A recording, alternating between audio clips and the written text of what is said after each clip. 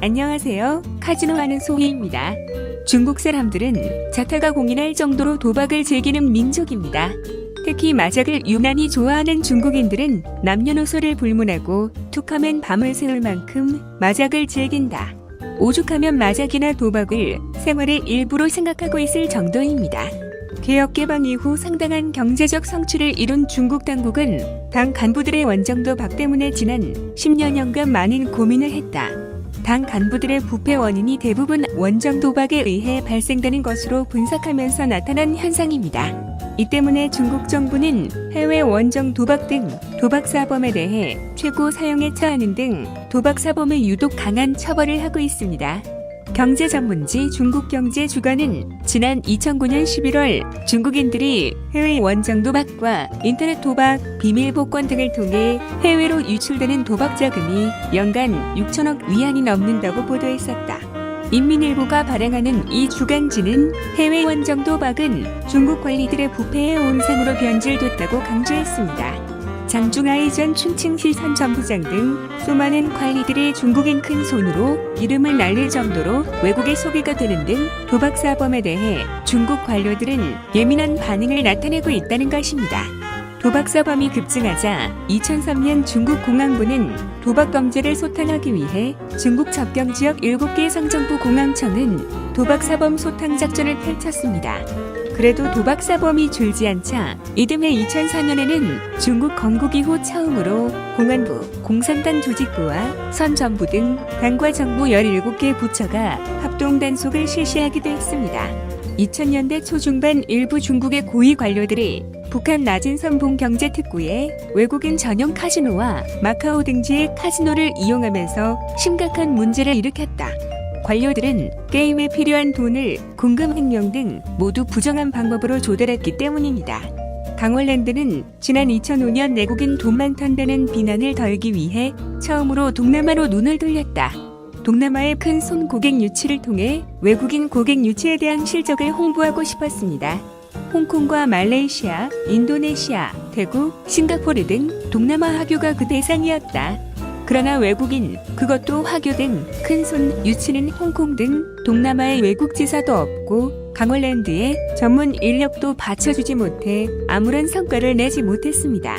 이런 상황이 이어지다가 2005년 9월 초 홍콩의 한국인 에이전시 김장수와 선이 닿았습니다. 홍콩에 거주하는 김 씨는 강원랜드의 중국인이나 동남아 화교 등 큰 손을 연결해주면 게임머니의 일정 비율에 따라 급여는 없고 수수료만 강원랜드에서 받는 조건으로 계약을 체결했습니다. 에이전시 김 씨는 자신의 인맥을 총동원해 9월 하순 중국인 사업가 일행에 강원랜드 VIP 방문 계약을 성사시켰습니다. 중국인 본토 사업가로 알려진 고객들은 홍콩에서 인천공항을 통해 한국에 입국한 뒤 서울의 외국인 전용 카지노가 아닌 강원랜드 카지노 VIP 예약 룸으로 가기로 했습니다. 강원랜드 전직 임원의 회고입니다. 당시 언론에서는 강원랜드가 한국인 고객의 돈만 탄다는 비난이 자주 나왔다. VIP룸은 항상 한국인 고객들로 넘쳐났고 외국인 VIP 고객 유치를 위한 필요성도 없었고 설령 외국인 큰손 고객을 유치해도 그들에게 만족할 게임 환경을 제공할 형편도 되지 못했습니다. 특히 외국인 전용 카지노에서는 외국인 고객 유치를 위해 다양한 판촉 비행기 티켓과 특별한 서비스를 제공하고 있었다. 그러나 공기업인 강원랜드는 그럴 여건이 마련되지 못했습니다. 그러다가 외국인 큰 손 고객 유치를 위해 2005년 9월 홍콩 거주 한국인 에이전시를 통해 작업에 나섰다.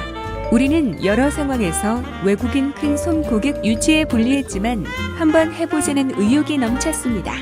홍콩의 에이전시 김 씨를 통해 들어온 강원랜드 첫 외국인 VIP의 주인공은 중국인이었습니다. 30대 초반과 40대 후반의 남자 6명과 얼굴과 몸매가 빼어난 20대 여성 2명 등 모두 8명은 인천공항을 거쳐 2004년 10월 4일 오후 강원랜드에 도착했다. 20대의 중국인 여성 2명은 30대 초반의 남자 고객 2명에게 달라붙어 온갖 애교를 떠낸 누가 봐도 연인 사이로 보였습니다. 에이전시로부터 연락을 받은 탓에 이들은 고객 지원팀에서 신분 확인을 한 다음 게임머니 3억 원을 예치했습니다. 강월랜드는 생각보다 큰 손은 아니지만 외국인 VIP 첫 고객에 만족했다. 두 테이블에 나눠 앉은 이들은 공교롭게도 미모의 젊은 여성 2명은 각 테이블에 따로따로 남자 옆에 앉았습니다. 새로 사귄 연인처럼 남자에게 밀착해 앉은 여성은 게임을 관전하는 모습을 보이다가 남자의 상의 내부 점퍼 주머니에 손이 들어가는 모습이 순식간에 이뤄졌습니다. 비슷한 시간 테이블 중간에 앉은 40대 후반의 한 고객은 카드를 오픈하는 다른 일행의 카드를 슬쩍 훔쳐보고 바로 옆 테이블의 카드를 보며 딜러와 피포스의 눈길을 분산하게 만드는 바람잡이 역할도 했습니다. 또 중국인 남자 갬블러가 카드를 오픈하는 사이 바짝 붙어 앉은 여성의 손에 남자의 손이 순식간에 연결됐습니다. 게임을 진행하는 딜러나 뒤에서 이를 지켜보던 플로포슨이나 CCTV도 알아차릴 수가 없었다. 30대 초반의 남자 고객은 카드를 손에 잡고 오픈하는 자세나 손동작이 바람처럼 빠르고 민첩했습니다. 특히 카드를 오픈하는 고객은 한쪽 손은 테이블 바닥에 밀착시키고 다른 손으로 딜러가 건넨 카드를 가져오는 동시에 옆에 앉은 여성의 손이 남자 고객의 테이블 바닥에 고정된 손으로 카드를 밀어넣는 동작이 순식간에 진행됐습니다. 물론 이런 장면을 처음 목격하는 딜러가 애인의 배팅이 승리하도록 기원하는 일종의 제스처로 생각했지 사기 게임으로는 상상도 못했습니다.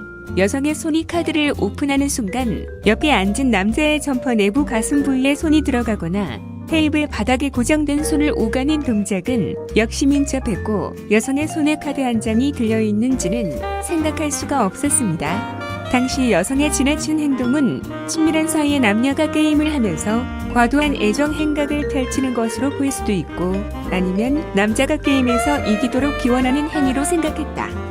문제는 이들의 게임 결과였습니다. 이들이 플레이어나 뱅커에 베팅하는 족족 위인이었다. 승률이 무려 98%가 넘는 이들의 게임 실력은 최고의 크로 선수였습니다. 이런 게임이 계속 진행됐지만 특별한 문제점을 찾기도 힘들었고 당연히 누구도 이들의 이상한 행동을 제지하지 못했다. 구독, 좋아요 부탁드리고 고정 댓글 참고 바랍니다.